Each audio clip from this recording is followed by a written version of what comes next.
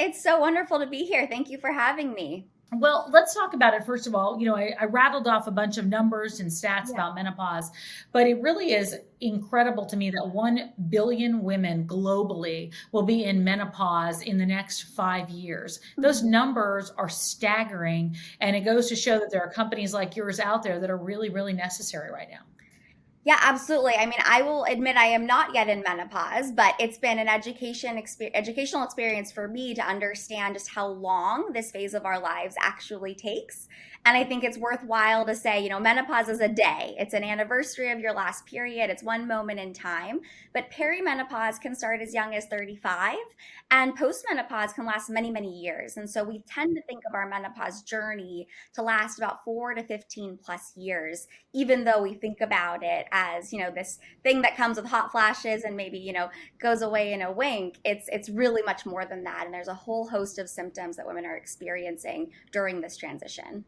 Yeah, and it's funny. I was talking to my sister-in-law over the weekend, and she didn't even realize what she was going through at one point. Because you talk about perimenopause, Yeah. you're not even thinking. You're thinking like 50 years old is the date that I should be concerned about, and that's not even close to what we're talking about. There are 34 plus symptoms of menopause, Yeah. and they start much earlier. So let's talk about your company, Taboo. You started Taboo, which I just love the name of, and we know why. Oh, people don't talk about it is taboo in so many Mhm. ways to talk about topics like this. I think until just recently, and I think we're just at the beginning of it.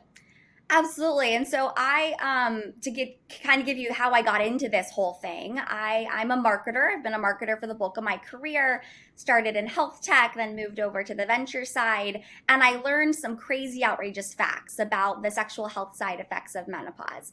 Things like up to 90% of women can experience pain or discomfort during sex, so much so that 50% just stop being sexually active, full stop, in their 50s. And these numbers were so big as a 30-year-old woman, they really caught me off guard. And I tell people, I don't know what came over me, but I hung up the phone and I texted my mom.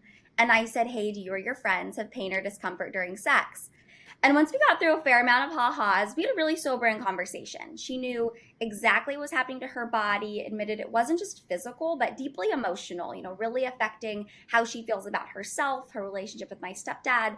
And to be truthful, I was stunned. Like, I quickly dawned on me that this was the first sex talk I'd ever had with my Muslim Middle Eastern mother. She was born in Syria. Like, we never had the first birds and the bees talk, let alone, Right. talking about it many years later. And I was kind of floored and bothered by the fact that I talked to her every single day and I know all the intimate details of her life, but I had no idea that something so meaningful was going on that she was kind of hiding from everyone.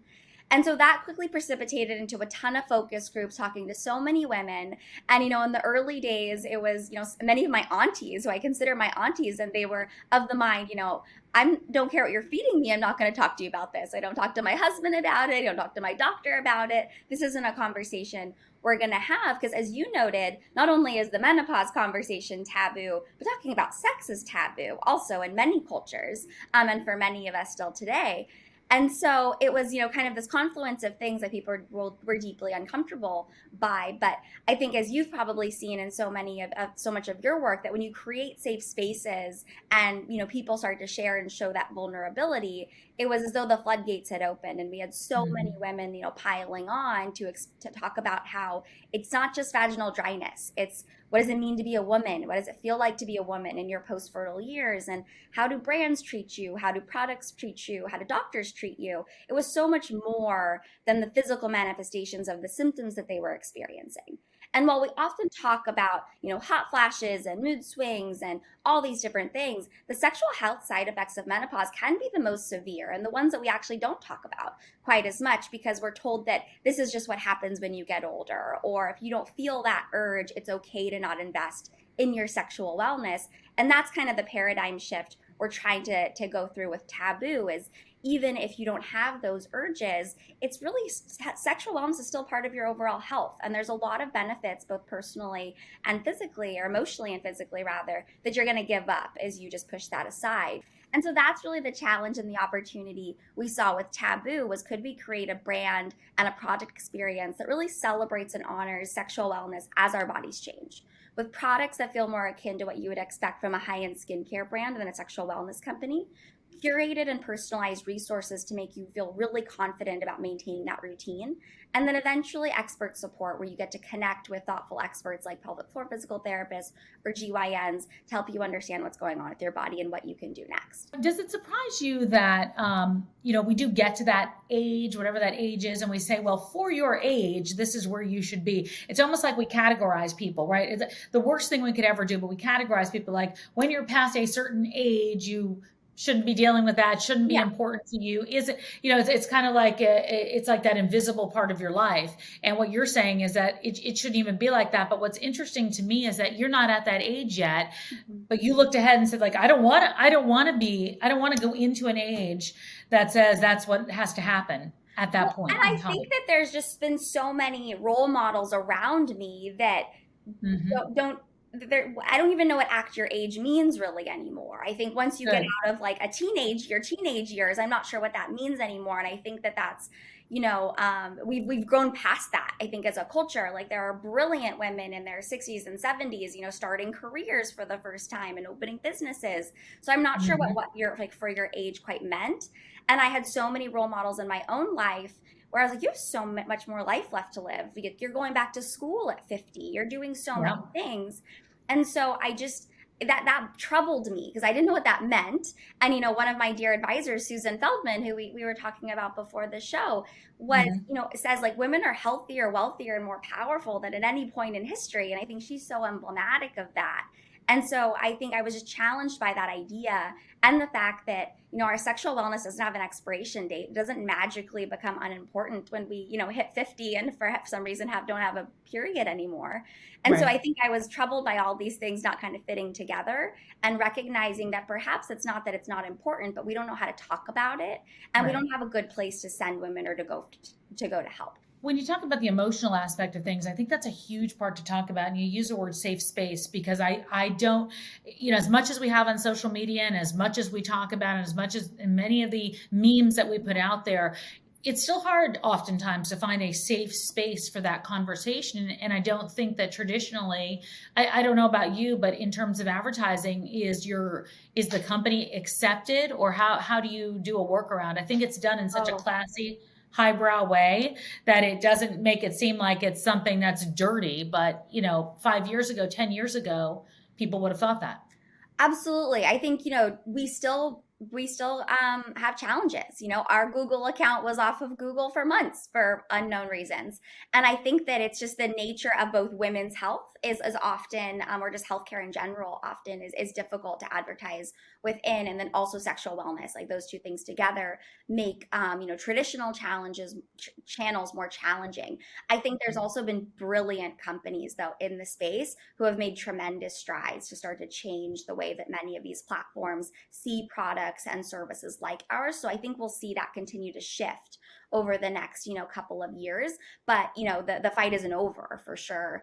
And I think we've been leaning on the more traditional spaces of, really thoughtful influencers in the space that can promote our products through their newsletters and things like that. Retail channels are really important to us, and more bigger brand partnerships that have more of a platform to help support, what we're going for. But you're totally right. When it comes to the social networks and the Googles of the world, like we have a long way to go to be, seen as a normal type of product or service online. I think 50 became a critical age to me. My mother died right after she had turned. She was in her 50s, and she had breast cancer, and so it was a very pivotal age for me. I turned 50 and I'm like, oh my gosh, I don't even know what happens next with this. She was put into a premature menopause due to chemotherapy. And so I never really had these conversations with her because I didn't even know what any of this was. I didn't have the conversation. I mean, to your point, I was raised by a Middle Eastern Italian mother who didn't talk about any of this Yeah. stuff ever. And so I wasn't comfortable about talking any of this stuff. And I didn't understand menopause because I was in my 20s, or just turning 20 and losing a mother. And so when I hit this period in life, I just kind of kept to myself and found myself Googling my different symptoms or problems to figure out what was going on. And even even doctors necessarily don't have all the answers for you with regard to a lot of these symptoms. They, No. my gynecologist, this is, I'll never forget it. It was in my patient portal, and he wrote, "In menopause, call if any questions." And I went, "What? What? I have 1,000 questions for you," but it was done in What does such it a kind of mean? cavalier way. That's how I found out. I was boarding a plane. I'll never forget it. And I said, "You have a message on your patient portal," and I looked in it, and that's how I found out I was in menopause. But so I had so many questions. It's amazing, right? Oh, it's Yeah. and your that experience is not unique, I'm sad to say. No. Like I've heard of so many women during our user research who were told, just a couple years ago by a doctor in New York City, I know it hurts, but you just have to have enough sex to keep your husband happy, or drink a glass of wine before intercourse, Uh, or again, that this is just what happens when you get older, is right. just said like it's crazy town. It's bananas how often that's Mhm. said.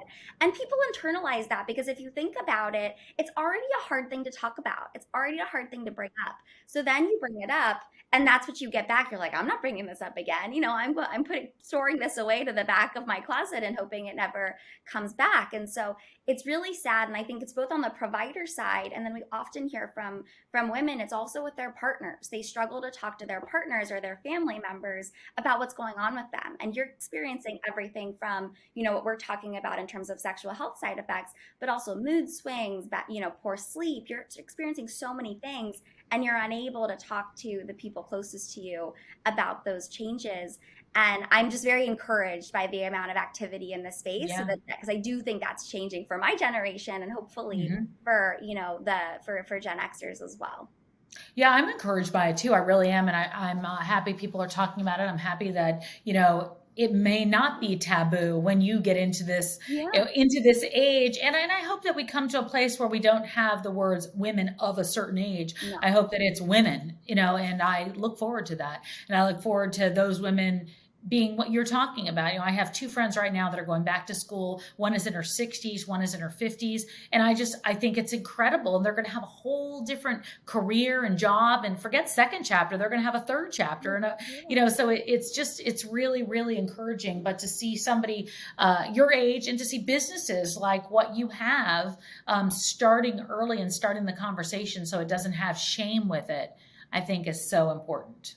I'm so happy to hear that. And I think I always want to remind people that I am just not this super, not that I'm not sex positive. I think of myself, I don't know what that means anymore, but I come from a conservative home, and where, like there were these things were not talked about. And so I totally Mhm. understand that feeling of I could never talk to my mom about this, or I could never Mhm. talk to my aunt about it, or my daughter. I totally get that. I joke that my mom never gave me the green light to use tampons or to shave my thighs. Like I totally understand that feeling, but I do think that it's worth breaking down those barriers, because I feel like I understand my mom a ton more. I think that we're so much closer as a result of these things, and it's helped her talk about it with her girlfriends, and it just changes your relationship quite a bit when you're willing to kind of break down those walls. And that doesn't mean you have to talk about the intricacies, but Right. we do go through menopause at the same age as our moms too, on average. And so having that like that two-way communication is incredibly important.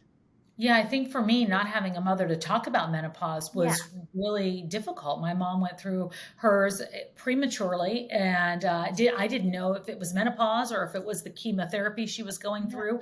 And so I never had the conversation. And there's a lot of women that have medical procedures early on that go through it at a different age. So I think that we do need that safe space to talk. And thank Mhm. you for providing it, because I think it's a Absolutely. really big deal. All right, so let's talk about your product. Yeah. It's been incredible. You've had incredible response, right? Yes, we actually sold out around Mother's Day, which is appropriately timed to the Right. conversation that we were just having. But so our first go-to-market product is a kit that includes a personal massager, moisturizing lubricant, and educational content, all tailored to women's physical and emotional needs. And we actually designed that kit in partnership with a cohort of women ages 41 to about 71, and a number of providers from OBGYNs to pelvic floor physical therapists, to help us understand what features would make the most sense for our changing bodies. And then the lubricant is really aloe. It's water-based. It's made with active botanicals and hyaluronic acid to make sure that we're nourishing those tissues upon every application, and we're not sucking it of the moisture, because that's what a lot of lubricants on the market can unfortunately do today. And you'll notice if you go to our site, it's in an unconventional lubricant bottle. It's to mimic the experience of putting a serum on your face, to kind of remind yourself of this is a very intentional moment that you're taking with yourself. So how does your mom feel about it today, knowing what you have done and the success of your business? Both of my parents and my stepdad and everyone has come from like, what are you doing? Why are you doing this? Like, are you sure you want to do this? To being just incredibly supportive. And she's my loudest cheerleader. She's was on a podcast with me with, Dr. Emily Morse. And if you would have told me a year ago that I was going to be on a sex podcast with my mom, I would have said, you're on a different planet. That's not going to happen. And I've just been so, I can't tell you how much it means to me that they're so supportive, because it is so much more than having conversations about sex. It's more so just, it's, honoring who we are as women later in life and throughout our lives, and making sure we have products that, celebrate us as individuals and make us feel comfortable. Wonderful. Natalie, thank you so much. Thank you. Thank you for really having appreciate me. you taking the time and talking. And I want to see a picture of your mom so we can put that as part of the I will show you a picture of my mama. She's the big feature. Yeah. We'll show the products, but she's a big feature. Taboo is orange because of my mom. It's her favorite color. So. Oh, is that why? Yeah. Is that why? Good for you. You're a good daughter. Thank you. Thank you for what you're doing for women, though. I really, really appreciate it. And where can people find you? We're at heytaboo.com, both online and on social media. Okay, wonderful. Thank you so much. Thank you so much. All right, guys, we'll make sure you have the links to everything, but I thought this was such an important conversation. Natalie and I spoke, I don't know, it was maybe a month ago or so, and she was in my mind, and I wanted to have her on coming up next to be able to talk and share her story, because I think her backstory is so important to understanding this wellness company and what is going forward for women as we, are honored as we go into this next phase of our lives. So anyway, leave your comments below. I would love to hear from you. Let me know who you want to hear from next, and check out Natalie Waltz and Taboo at heytaboo.com. All right, until next time.